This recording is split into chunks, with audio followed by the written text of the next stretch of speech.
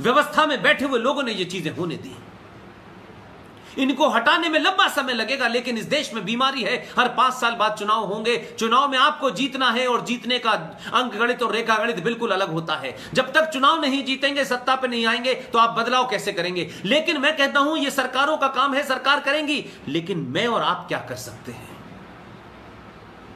जो लता तुमने काम किया है बड़ा, जो आपने आज यह काम किया है, यही काम इस देश में हर उस सनातनी को जो किसी संगठन, जो किसी ऑर्गेनाइजेशन के तथाकथित नियमों में नहीं बंधा हुआ है, उन तमाम लोगों को चौराहे चौराहे, गली गली, 5 लोग, 10 लोग, 6 लोग, 4 लोग, सबको सच बताइए।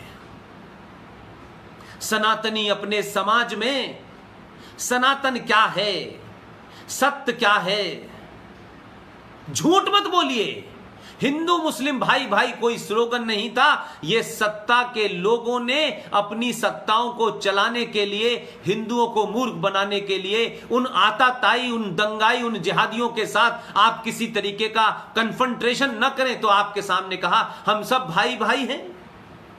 भाई भाई थे तो देश बट गया, भाई भाई थे तो कश्मीर में 5.5 लाख कश्मीरी हिंदुओं को सरेआम इस्लाम का सहारा, मस्जिदों का सहारा लेकर के निकाल दिया गया। 2,500 लोगों की हत्याएं हुई, रेप हुए, लेकिन इस पे बोलना कम्युनलिज्म है।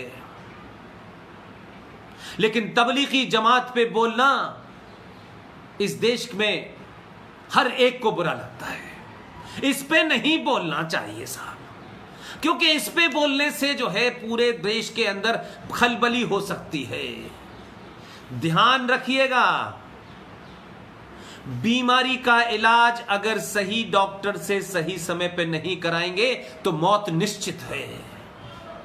बीमारी को छुपाने से कि बीमारी हमें पता चल जाएगी तो हमारे पड़ोसी क्या कहेंगे, बीमारी बीमारी होती है, पड़ोसी को पता चले, घर में पता चले।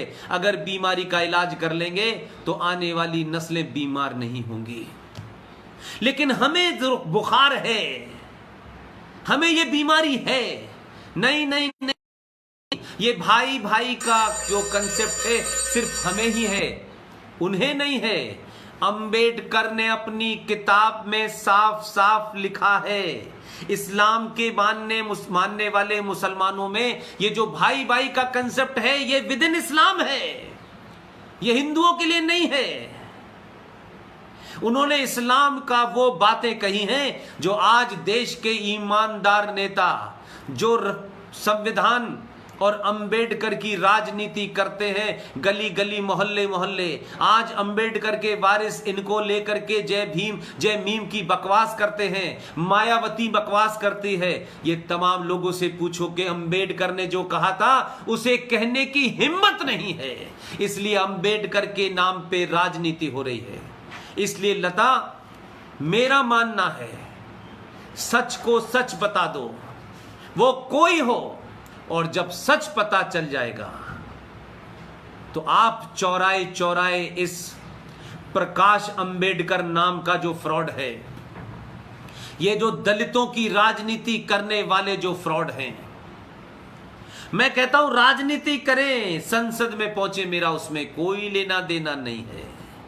लेकिन इस सदी के सबसे ईमानदार और सच्चे नेता, इस सदी के इस आजाद भारत का सबसे महान नेता, जो उस वक्त भी किसी कुर्सी का लालची नहीं था और मरने के बाद भी उसको यह चिंता नहीं थी कि मैं महान हो जाऊं, उसने उस वक्त भी सच बोला। हमने सच सुना नहीं, हमारे बुजुर्गों ने उनके सच को छुपा दिया, जाली और मक्कार नेताओं को हमारे सामने बड़ा कर दिया। इस आदमी को मैं, मेरा बस चले लता, मेरी ताकत हो तो ये आदमी सिर्फ भारत रत्न के लायक नहीं, कि सिर्फ भारत रत्न इस आदमी का सम्मान नहीं है। अगर आजाद भारत के अंदर हम किसी भी लीडर को पढ़ लें, किसी में भी सच बोलने की अगर सबसे ज्यादा ताकत थी तो बाबा साहब भीमराव अंबेडकर में थी। अंबेडकर इस देश का राष्ट्रपिता होता तो हम आज इस मोड़ पे नहीं खड़े होते, क्योंकि हमने झूठे और मक्कार नेताओं को अपने स्वार्थ के लिए आगे बढ़ाया। इसलिए आज 70 साल में यह देश 16 अगस्त 1946 के मुहाने पे खड़ा हुआ है। हमारे पास दूसरा रास्ता नहीं है। इस बार हम ये कह के काम नहीं चला सकते कि हम सब भाई भाई हैं। कुछ बुरे लोग हैं जो ये ऐसा कर रहे हैं, कुछ बुरे लोग नहीं हैं। इन बुरे लोगों ने अलग अलग मुखौटे लगा रखे थे। इनके मुंह से मुखौटा उतारना बहुत जरूरी है। ये वो लोग हैं कि अखलाक की मौत हो जाने पर कुछ फिल्मी दुनिया के वो लोग जो अपने आप को बहुत बड़े क्रिएटिव आर्टिस्ट कहते हैं, उन्हें डर लगने लगता है। इनका डर कितना मक्कारों का, जिहादियों का सेलेक्टिव है।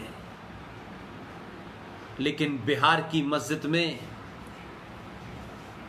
एक टीन एजर बच्चे को मस्जिद में उसको कुर्बानी जैसे दी जाती है, वैसे उसकी हत्या हुई है।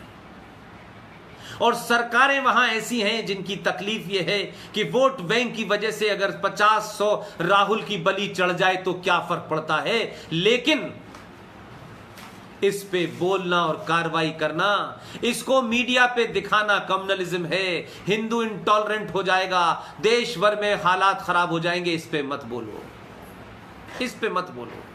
कठुआ के झूठी कहानी को पूरे देश में हिंदू और सनातन के बारे में जिस तरीके के पोस्टर निकाले गए, जिस तरीके अंदर मंदिरों के अंदर बातें कही गई, तो कोई फर्क नहीं पड़ता, क्योंकि ये तो दुनिया की कायर कौम है, शहशुण कौम है, गद्दार कौम है। इसे क्या फर्क पड़ता है, ये तो कभी प्रतिक्रिया देगी नहीं, लिहाजा अपने भी मारते हैं और दूसरे भी मारते हैं। इसलिए मैंने कहा कि सेकुलरिज्म ये वो सेकुलरिज्म नहीं है जिसकी वेस्ट में परिकल्पना की गई थी।